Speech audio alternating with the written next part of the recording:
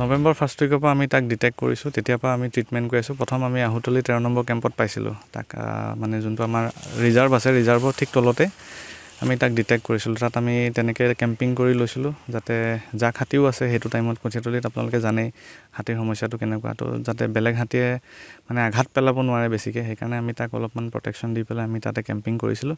তাৰপিছত লাহে লাহে সি বেলেগ বেলেগ জেগালৈ মুভ কৰিলে, যেনেকৈ ধৰক কন্দলিৰ পৰা সি আমাৰ ননৈ আহিলে, শ'লমাৰী আহিলে, ঠেংকুচি আহিলে, এনেকৈ বহুত জেগা সি মুভ কৰিলে। গতিকে প্ৰত্যেকটো জেগাতে আমি গৈ গৈ তাক ফ'ল' কৰিছোঁ, মনিটৰ কৰিছোঁ, আৰু টাইম টু টাইম আমি তাক মেডিচিন আৰু কলগছ হওক বা যিমানখিনি তাক আমি ফিডিং কৰিব পাৰিছোঁ সেইখিনি আমি কৰাই আছোঁ।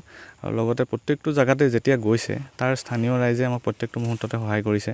কোনোবাই ঘৰৰ পৰা দুজোপা কলগছ আনি দিছে, কোনোবাই যি পাৰিছে যেনেকৈ পাৰিছে মানে আনি পেলাই তাক খাদ্য যোগান ধৰিছে, আৰু বন বিভাগক প্ৰত্যেকটো মুহূৰ্ততে তেওঁলোকে সহযোগ কৰিছে। বৰ্তমান কেনে অৱস্থা আৰু কিমান দিনমান লাগিব বাৰু সুস্থ হৈ উঠাত?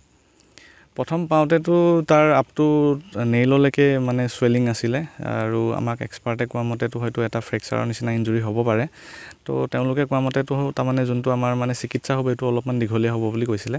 এতিয়াতো 2 মাহৰ ওচৰা-ওচৰি আমাৰ হৈছে অলমষ্ট, আৰু আমি ভাবিছোঁ আৰু 20-25 দিন বা 1 মাহ যদি আমি এনেকৈয়ে তাক ট্ৰিট কৰি থাকিব পাৰোঁ। আৰু এটা ইণ্টাৰেষ্টিং কথা কি যে সি প্ৰত্যেকটো মুহূৰ্ততে কোনোবা পুখুৰী থকা জেগাতেই মানে থাকিবলৈ বিচাৰে, যোনটো তাৰ কাৰণে ভাল। আমাৰ এক্সপাৰ্টেও কৈছে যে তাৰ মানে যোনটো যিহেতু ৱেইটটো ৰিডিউচ হৈ যায় পানীত থকাৰ লগে লগে, সেইকাৰণে ভৰিটোত ভালেখিনি উপশম পায়।